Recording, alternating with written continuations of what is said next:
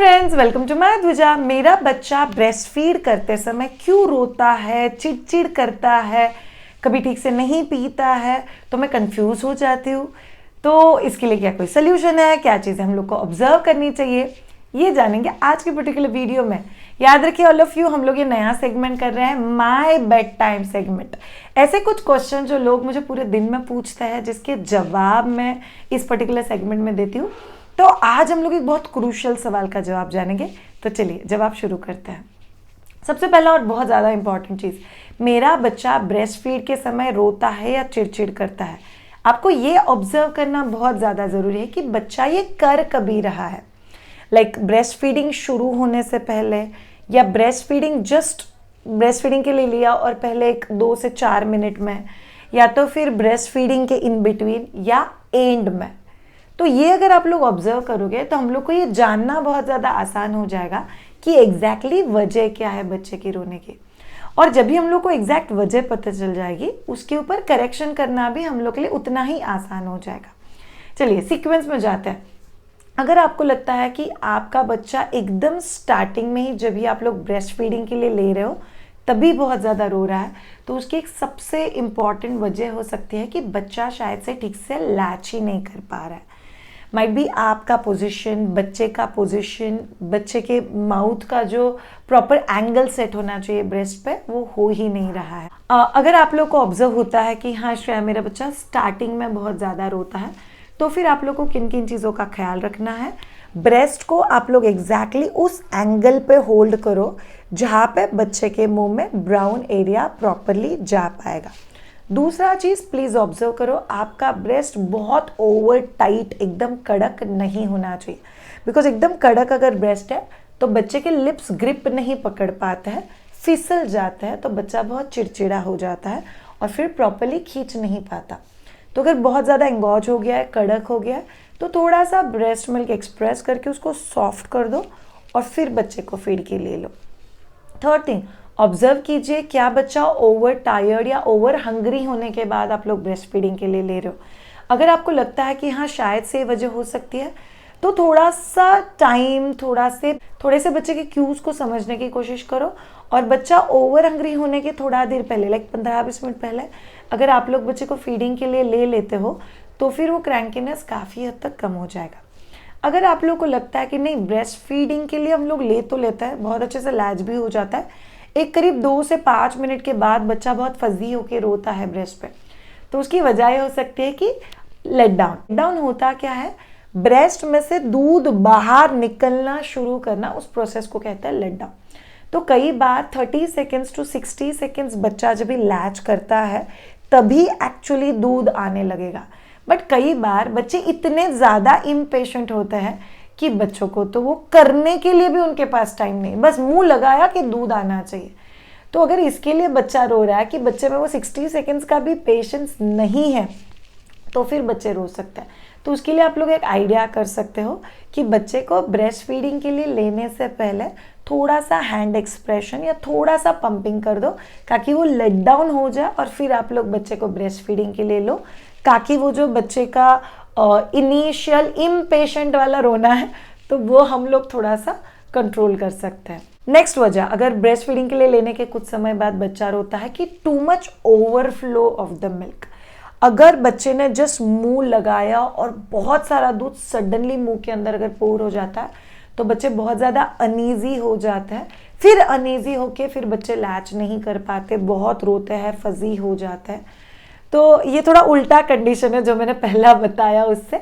But अगर suddenly overflow है आपका, तो फिर आप लोगों को बच्चे को फीड के लिए लेने से पहले थोड़ा सा एम्प्टी आउट करना पड़ेगा, ताकि ब्रेस्ट थोड़ा सा सॉफ्ट भी रहे और वो जो इनिशियल फोर्स ऑफ मिल्क होता है वो आप लोग थोड़ा सा कंट्रोल कर पाओगे।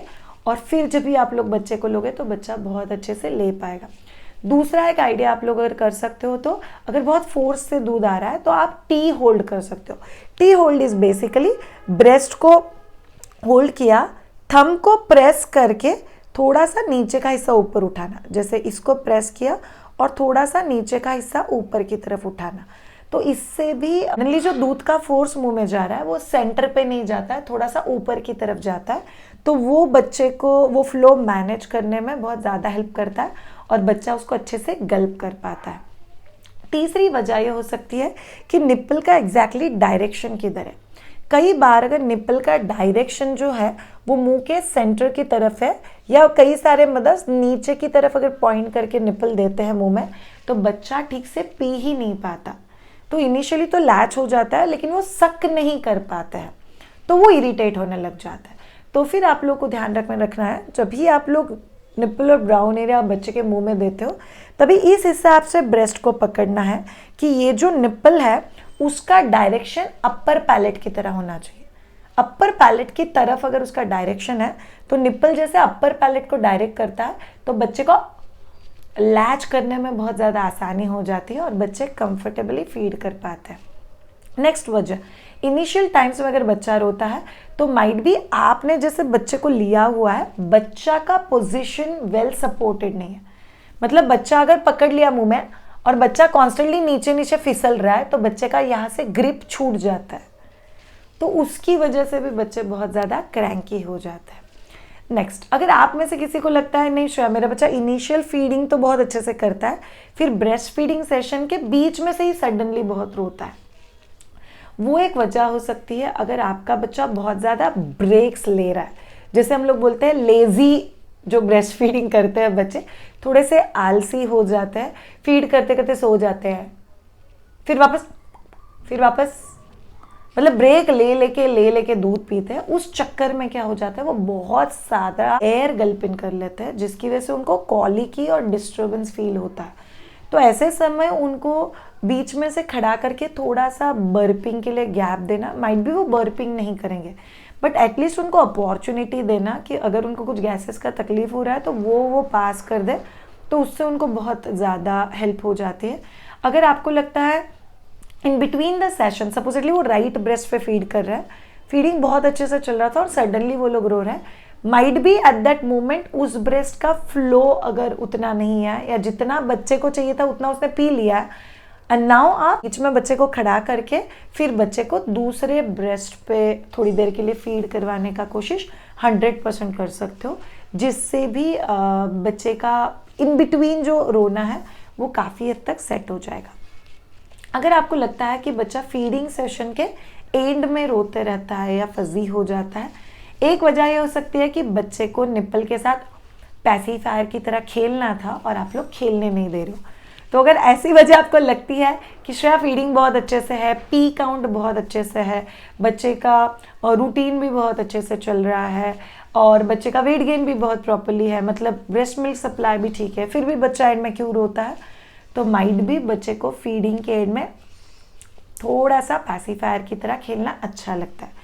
अगर आप कंफर्टेबल हो तो 2 मिनट 3 मिनट आप लोग 100% दे सकते हो, बट बच्चे को अगर आपको लगता है कि नहीं श्रेया मेरा बच्चा जब भी एम्प्टी सकिंग करता है या सिर्फ खेलता है निप्पल और ऐसे ही जनरल फीडिंग के एंड में सूदिंग इफेक्ट के लिए बच्चा निप्पल के ऊपर सक करता है, तभी काफ़ी पेनफुल हो जाता है मेरे लिए, तो बच्चे को ब्रेस्ट पे से हटा दो, खड़ा कर दो और फिर कुछ देर के लिए बच्चे को आप पैसिफायर दे सकते हो। श्रेया पैसिफायर देना चाहिए, ideally we say no it as an habit, but अगर आप एज अ पेरेंट उसको 2 से 4 मिनट देके अगर निकाल सको तो फिर आप कुछ समय के लिए बच्चे को पैसिफायर दे सकते हो, तो बच्चा काम डाउन हो जाएगा और उसका सूदिंग का जो सकिंग वो कर रहा है वो भी कभी हद तक मैनेज हो जाएगा। दूसरा चीज़, check on your breast milk supply. अगर बच्चा फीडिंग सेशन के एंड में भी बहुत ही ज़्यादा रो रहा है तो कहीं ना कहीं चेक कीजिए कि आपका मिल्क सप्लाई प्रॉपर है। मिल्क सप्लाई प्रॉपर है, चीज़ें आप कैसे काउंट कर सकते हो, जैसे कि मैंने आप लोगों को बोला पी काउंट कितना है, वेट गेन कितना है, उससे आपको पता चल जाएगा। अगर ये सब चीज़ें ठीक है तो फिर मिल्क सप्लाई भी ठीक है, बट अगर आपको लगता है कि नहीं कहीं ना कहीं ये चीज़ें भी कॉम्प्रोमाइज़ है तो फिर आप लोग को वो सारे ट्रिक्स और रेमेडीज़ यूज़ करने पड़ेंगे जिससे मिल्क सप्लाई बढ़ेगा, जो हम लोग ऑलरेडी मेंशन कर चुके हैं बहुत सारे वीडियोस में कि आप आपका मिल्क सप्लाई कैसे बढ़ा सकते हो। थर्ड थिंग, कई अगर स्पेसिफिक समय आपको लगता है बच्चा बहुत रोता है फीडिंग के एंड में, जैसे शाम के समय अगर आपका बच्चा ब्रेस्ट फीडिंग के समय बहुत रोता है या फजी हो जाता है, that's very much normal. Usually बच्चे उस स्पेसिफिक टाइमिंग में बोर्डम की वजह से काफ़ी ज़्यादा रोते हैं। अगर आप लोग बच्चे को तभी किसी एक्टिविटी में अगर इन्वॉल्व करोगे या बच्चे के साथ कुछ एक्टिव प्ले करोगे या घर के बाहर लेके जाओगे तो आपको ऑब्जर्व होगा कि वो चीज़ मैनेज करना काफ़ी हद तक आसान हो गया है। नेक्स्ट थिंग, अगर आपको किसी स्पेसिफिक दिन फील होता है कि आज मेरा बच्चा ब्रेस्ट फीडिंग के वक्त ज़्यादा रो रहा है या फजी हो रहा है, चिड़चिड़ कर रहा है, तो फिर आप लोग आपका डाइट चेक कर सकते हो।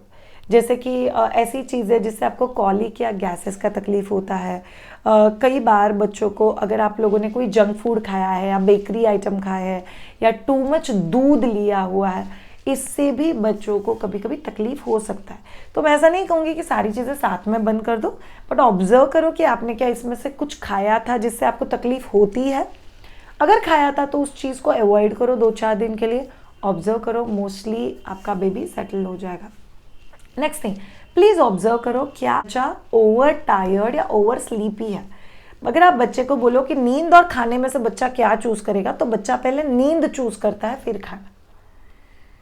तो अगर ये सिग्नल की वजह से बच्चा बहुत ज़्यादा रो रहा है, तो आपको वो सिग्नल समझ के अकॉर्डिंगली उसके रूटीन में चेंजेस करने पड़ेंगे।